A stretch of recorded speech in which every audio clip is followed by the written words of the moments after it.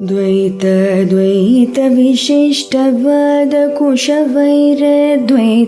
भकृर्चितं सार विचारचारुमनसं सङ्खावतं वल्लभम् स्वाप्तानाप्तसमस्तजीवसदयं ज्ञानाश्रयमाश्रयम् स्वाप्तानाप्तसमस्तजीवसदयं ज्ञानाश्रयमाश्रयम् वन्दे द्वैतगुरुं जगतां धीशङ्करं शङ्करम् वन्दे द्वैतगुरुं जगतां धीशङ्करं शङ्करम्।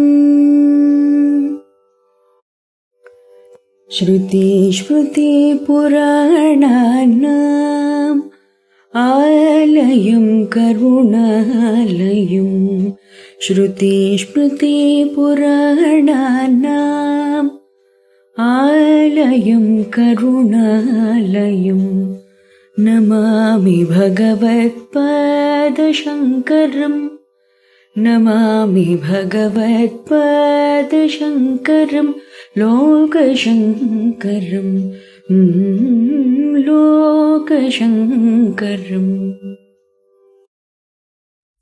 శ్రీ గురుభ్యో నమః. శ్రీ శ్రవణ ఛానల్కి శ్రోతలందరికీ కూడా మరొకసారి స్వాగతం. ఈరోజు మనం 225, 226 శ్లోకాన్ని చెప్పుకోబోతున్నాం అనమాట. ముందుగా 225 శ్లోకాన్ని విందాం మనం. బ్రహ్మాభిన్నత్వ విజ్ఞానం భవబంధస్య కారణం ఏనాద్వితీయమానందం బ్రహ్మ సంపద్యతే బుధః. బుధైః విజ్ఞుల చేత ఏన ఏ జ్ఞానము చేత అద్వితీయము రెండవది లేని ఆనందము ఆనందమైన బ్రహ్మ పరబ్రహ్మ సంపద్యతే పొందబడుతోందో తతః అలాంటి అని పక్కన పెట్టుకోవాలి మనం. బ్రహ్మ పరబ్రహ్మ యొక్క అభిన్నత్వ అభేదత్వము యొక్క విజ్ఞానము విశేషముగా తెలియుట భవమోక్షస్య సంసార నివృత్తికి కారణము హేతువు అంటూ ఇక్కడ చెప్పబడుతుందన్నమాట. బ్రహ్మతో అభిన్న జ్ఞానాన్ని పొందడమే భవబంధము నుండి ముక్తిని పొందడానికి మార్గము. దీనివల్ల బుధులు అద్వితీయము ఆనంద స్వరూపము అయిన బ్రహ్మత్వాన్ని పొందుతున్నారు అంటూ తాత్పర్యం వస్తుంది మనకి. దీని వివరణని చూద్దాం మనం. ఇక్కడ ఏం చెప్తున్నారంటే, నేను బ్రహ్మకు వేరును అనే భావం సంసార బంధానికి కారణం. ఏ అజ్ఞానంతో రెండవది లేనిదవుతుందో ఆనంద స్వరూప బ్రహ్మం పొందుతాడో అతడు జ్ఞాని అన్నమాట. ఏ జ్ఞానంతో రెండవది లేనిది ఆనంద స్వరూప బ్రహ్మం అవుతాడో అతడు జ్ఞాని. అతడు ఆ ఆనంద స్వరూప బ్రహ్మతోటే ఐక్యమైపోతాడు అని చెప్తున్నారు అనమాట. నేను బ్రహ్మకు వేరు అనే భావనే సంసార బంధానికి మూల కారణమవుతుంది. నేనే ఆ బ్రహ్మస్వరూపుడును అనే జ్ఞానం కలిగిన వాడు అద్వితీయమైన ఆనంద స్వరూప బ్రహ్మని పొందుతాడు అంటూ సింపుల్గా చెప్పేసుకోవచ్చు మనం. అయితే మనం సింపుల్గా చెప్పిన ఆ భావన రావడమే కష్టం, ఆ స్థితిని పొందడమే కష్టం. శంకరాచార్యులు వారు ఇక్కడ అద్భుతమైన విషయాన్ని చెప్తున్నారనమాట. సంసారానికి కారణం పాపం కాదు, దారిద్ర్యం కాదు, గ్రహదోషము కాదు, ఇతరులు ఎవ్వరూ కాదు. నేను బ్రహ్మను కాను అనే అజ్ఞానం మాత్రమే అన్నారు. చీకట్లో తాడుని చూసి పాముగా భావిస్తే భయం వేస్తుంది, చెమటలు పడతాయి, పరిగెత్తుతాడు. ఆ బాధలన్నిటికీ కారణం పాము కాదు, పాము ఉంది అనే తప్పుడు జ్ఞానం అన్నమాట. అలాగే నేను శరీరాన్ని, నేను మనస్సుని, నేను పరిమిత జీవుణ్ణి అనే భ్రాంతి ఈ సంసారానికి కారణమవుతుందంటారు ఆయన. భగవద్గీతలో మనకి అజ్ఞానేనావృతం జ్ఞానం తేన ముహ్యంతి జంతవః అంటారు. అజ్ఞానం జ్ఞానాన్ని కప్పివేస్తోంది, అందువల్ల జీవులు మోహానికి లోనవుతున్నారు. ఇది బ్రహ్మ భిన్నత్వ విజ్ఞానము అంటూ చెప్పడం జరుగుతుందన్నమాట. అలాగే ఆనందిత్వాత్ నిర్గుణత్వాత్ పరమాత్మ అయం అవ్యయః అంటారు. పరమాత్మ నిత్యుడు, అవ్యయుడు, పరమాత్మ స్వరూపము తనది అని తెలుసుకున్నవాడు బంధానికి అతీతుడవుతాడు అంటూ చెప్పడం జరుగుతుంది. యజ్ఞాత్వా నా పునర్మోహమేవం యాస్యసి అంటారు. ఈ జ్ఞానాన్ని పొందిన తర్వాత మళ్ళీ మనం ఇంకా మోహంలో పడమన్నా పడం. ఏ జ్ఞానం? ఆత్మస్వరూపం తానే అన్న తెలుసుకున్న జ్ఞానాన్ని ఎప్పుడైతే మనకు కలుగుతుందో అప్పుడు ఇంక మళ్ళీ మోహంలో పడే అవకాశమే లేదు అంటున్నారు శ్రీకృష్ణ పరమాత్మ. అందుకే మనకి ఉపనిషత్తులు అహం బ్రహ్మాస్మి, తత్వమసి, అయమాత్మా బ్రహ్మ అంటూ అన్నీ నువ్వేనయ్యా, ముందు ఆ భావాన్ని స్థిరపరచుకో అంటూ మనకి చెప్తున్నదన్నమాట. అదే జ్ఞానం. ఒక్కసారి ఆ జ్ఞానం వస్తే ఇంక మిగతా వాటితోటి మనకి ఏ రకమైన సంబంధము ఉండదు అంటూ తేల్చేస్తున్నారు. హనుమంతుడి విషయంలో ఒక ప్రసిద్ధ వాక్యం ఉంది మనకి రామాయణంలో. దేహబుద్ధ్యాతు దాసోస్మి, జీవబుద్ధ్యాయ త్వదంశకః, ఆత్మబుద్ధ్యాయ త్వమేవాహం. దేహదృష్టిలో నేను దాసుణ్ణి, జీవదృష్టిలో నీ అంశాన్ని, ఆత్మదృష్టిలో నేను నువ్వే అంటున్నారు ఆయన. మహాభారతంలో కూడా మొదట్లో అర్జునుడు నేను అర్జునుణ్ణి అనే దేహాభిమానంలో ఉంటాడు. గీత అంతంలో ఆయన నష్టో మోహ అంటారు. అంటే భిన్నత్వ భావం కరిగిపోవడం ప్రారంభమైందనమాట. ప్రహ్లాదుడు అన్ని చోట్ల విష్ణువుని చూశాడు, అందుకే అతనికి శత్రువు అనేది కనిపించట్లేదు. భిన్నత్వం తగ్గిన కొద్దీ భయం తగ్గుతుంది మనకి అంటూ మనం ఇందులో చక్కటి అర్థాన్ని చెప్పుకోవచ్చు అనమాట. మనం మామూలుగాను నేను ఈ దేశానికి చెందినవాణ్ణి, నేను ఈ కుటుంబానికి చెందినవాణ్ణి, నేను ఈ వృత్తికి చెందినవాణ్ణి, నేను ఈ స్థాయిలో ఉన్నవాణ్ణి, ఇలాంటి ఉపాధులతోటి మనం బతుకుతున్నాం. అసలు స్వరూపాన్ని మనం మర్చిపోతున్నాం అంటున్నారు శంకరుల వారు. సముద్రంలో అలా ఎలా అయితే నేను సముద్రానికి వేరు అని అనుకుంటే అది పుడుతుంది, పెరుగుతుంది, చిన్నది, పెద్దది, అన్ని రకాలు ఉంటాయి. అదే భయం. కానీ అలా గ్రహించిందనుకోండి, నేను నీరే, సముద్రము నీరే అని అనుకున్నప్పుడు దానికి భయం పోతుంది. అదే జీవ బ్రహ్మ ఐక్యం. సంపద్యతే అనే పదం ఇక్కడ వారారు. పొందబడతాడు అన్నారు. సాధారణ అర్థంలో కాదు అది. ఎందుకంటే బ్రహ్మ ఎప్పటినుంచో ఉంది, జీవుడు ఎప్పటినుంచో బ్రహ్మస్వరూపుడే. అజ్ఞానం తొలగినప్పుడు కోల్పోయిన దాన్ని పొందడం కాదు, ఉన్నదాన్ని గుర్తించడం జరుగుతుంది. ఇక్కడ మనకి 220వ శ్లోకం ప్రతిబింబాన్ని నిజమని భావించే అజ్ఞాన్ని సూచిస్తే, 221 ప్రతిబింబాన్ని వదిలి అసలు సూర్యుడిని చూడు అంటూ చెప్తుంది. 222వ శ్లోకం సూర్యుడు అఖండ బోధస్వరూప ఆత్మ అంటూ సూచిస్తుంది. 23, 24 అది నిత్యము, సర్వవ్యాపకము, విమృత్యువు అంటుంది. ఆ జ్ఞానం మనకి కనుక లేకపోతే మోక్షం లేదంటుంది 24. 25 బ్రహ్మానికి నేను వేరుని భావించడమే బంధం అవుతోంది. ఐక్య జ్ఞానమే, నేను బ్రహ్మ ఒకటే అనే ఐక్యభావమే, ఐక్య జ్ఞానమే విముక్తి అవుతోంది అనమాట. ఇది ఈ శ్లోకం చెప్తోంది మనకి. మళ్ళీ ఇప్పుడు మనం మరో శ్లోకాన్ని కూడాను వినేద్దాం. బ్రహ్మభూతస్థు సంశ్రుత్యై విద్వాన్నావర్తతే పునః విజ్ఞాతవ్యమత సంయగ్ బ్రహ్మ భిన్నత్వమాత్మనః.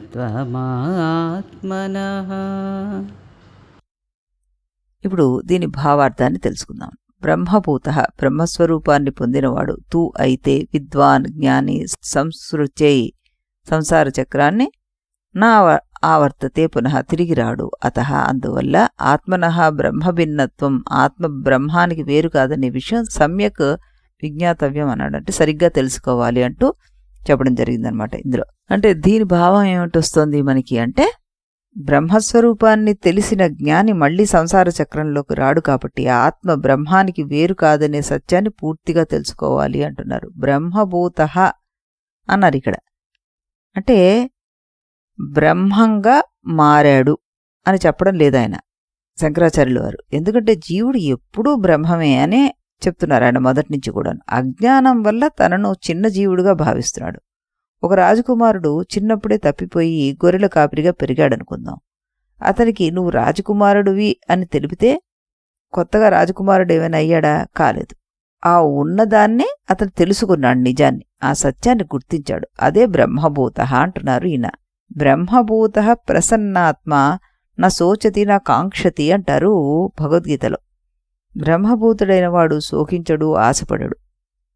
మనకి ఇదే మనం 224వ శ్లోకంలో కూడా చెప్పుకున్నాం. విశోక ఆనందఘన అంటూ ఆ భావాల్నే మనకి ఇక్కడ గీత బోధలో కూడాను కృష్ణ పరమాత్మ చెప్తారనమాట.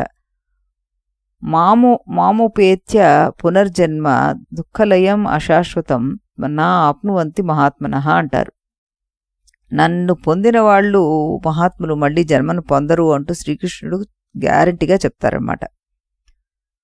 బ్రహ్మవిద్ బ్రహ్మైవ భవతి, బ్రహ్మజ్ఞాని బ్రహ్మే అవుతాడు అంటే బ్రహ్మతోటి ఐక్య స్వరూపాన్ని గ్రహిస్తాడు అని. తత్వమసి. శుకుడు జన్మతః బ్రహ్మజ్ఞాని. అతనికి లోకంలోని విషయాలు బాధించలేకపోయాయి, ఎందుకంటే అతను తన శరీరంగా ఎప్పుడు చూడలేదు. ఈ రకంగా మనం ఈ బ్రహ్మజ్ఞాని అన్నవాడు తనని భగవంతుడి నుండి, పరమాత్మ నుండి వేరుగా ఎప్పుడూ భావించడనమాట. జ్ఞానికి ఎప్పుడు జన్మే లేదు, కాబట్టి పునర్జన్మ కూడా లేదు. ఇది పరమార్థ దృష్టి. ఎక్కడ నా వర్తతే పునః అన్నదానికి మనం చెప్పుకుంటే అది పరమార్థ దృష్టి అవుతే, వ్యవహార దృష్టి ఏమిటి? అజ్ఞాన రూప సంసార చక్రం తిరిగి రాదు అంటే నేను బాధితుణ్ణి, నేను అసంపూర్ణుణ్ణి, నేను పరిమితుణ్ణి అనే భావాలు తిరిగి బలపడవు అని చెప్పుకోవచ్చు. నటుడు వేదికపైన రాజు పాత్ర పోషించినా తనను నిజంగా రాజు అనుకోడు. అలాగే జ్ఞాని ప్రపంచంలో జీవించినా తనను శరీరమని భావించడు. సమ్యక్ విజ్ఞాతవ్యం అంటారు. అంటే ఇక్కడ శంకరాచార్యులు వారు కేవలం వినడం, చదవడం, జ్ఞాపకం పెట్టుకోవడం గురించి మాట్లాడడం లేదు. అపరోక్ష అనుభూతి కావాలి. తేనె తీయగా ఉంటుందని 100 సార్లు విన్నా రుచి చూడకపోతే పూర్తిగా జ్ఞానం రాదు. అలాగే అహం బ్రహ్మాస్మి అని చదవడితే సరిపోదు, అది తన స్వరూపంగా స్పష్టంగా అవగతం అవ్వాలి అంటున్నారు. స్వతత్వజ్ఞానం లేక మోక్షం లేదు అంటారు 24వ శ్లోకంలో. బ్రహ్మానికి నేను వేరునని భావించడమే బంధం అంటారు 25లో. నేను బ్రహ్మాన్నే అని స్పష్టంగా కలిగితే సంసార చక్రం అంతం అవుతుంది అంటారు ఈ శ్లోకంలో. ఈ రకంగా మనం ఈ 226వ శ్లోకాన్ని కూడాను అర్థం చేసుకోవడానికి ప్రయత్నం చేశాం. అంటే బ్రహ్మభూతము అంటే ఇక్కడ చిన్మయానంద స్వామి ఆయన చెప్తున్నారు, అది ఒక నది సముద్రంలోకి ప్రవేశించి కలిసిపోవడం వంటిదే ఈ అనుభవం అంటారు. జీవుడు తాను బ్రహ్మము ఒకటేనని గ్రహించినప్పుడు జీవత్వము బ్రహ్మత్వంలో ఐక్యమైపోతుంది. అలాంటివాడు మళ్ళా జనన మరణాల వలయంలో చిక్కుకోడు. కాలానికి లోబడి మార్పు చెందే ఈ సంసారంలో అతడు చిక్కుబడడు అంటూ చెప్తూ నా త్వాహం తేషు తే మయి అంటారు భగవద్గీతలో శ్లోకాన్ని. నేను దానిలో లేను, అవే నాలో ఉన్నాయి అంటూ పరమాత్మ చెప్తాడు అంటూ ఆయన ఇక్కడ కంక్లూడ్ చేశారనమాట. దీన్ని చాలా చక్కటి భావార్థాన్ని మనం విన్నాం ఈరోజు. బ్రహ్మభూతులం అవ్వడానికి మనం సాధించాల్సింది చాలా ఉంది. ఎందుకంటే ఈ మాయ అనంతం. దీన్ని తట్టుకొని నిలబడగలిగి మన అసలు స్వరూపం ఏంటో తెలుసుకోవడానికి అమితమైన ప్రయత్నం కావాలి. దీనికి ఆ భగవంతుడి దయ మన మీద ఉండి ఈ మార్గం నుండి విడిపడకుండా ఉండి వచ్చే జన్మలోనైనా మనం దాన్ని సాధించే విధంగా ఆయన అనుగ్రహించాలని ఆశిస్తూ మళ్ళీ మనం రేపు ఇదే సమయానికి ఇదే ఛానల్లో మరో 2 శ్లోకాలతోటి కలుద్దాం. అంతవరకు సెలవు. इति गुरुवाक्यम् इति गुरुवाक्यं विधि वेदान्तं विदितारकमिति ब्रह्ममु इति गुरुवाक्यं विधि वेदान्तं विदितारकमिति ब्रह्ममु इति मोदलिदि नडुमिदि तुदि తెలిసిన వాడేవాడుగా